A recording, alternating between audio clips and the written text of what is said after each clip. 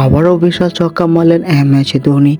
আর্শদীপ সিং এর শেষ ওভারের চতুর্থ বলে ৭৪ মিটারের বিশাল ছক্কা মারলেন ম্যাচে ধোনি, যা দেখে মুগ্ধ গ্যালারিতে থাকা সুন্দরী তরুণীরা। অবশ্য এর পরের বলেই হলো এক কলঙ্ক। টানা ৮ ম্যাচে অপরাজিত থাকা ম্যাচে ধোনি অবশেষে শেষ ওভারের শেষ বলেই আউটের দেখা পেলেন।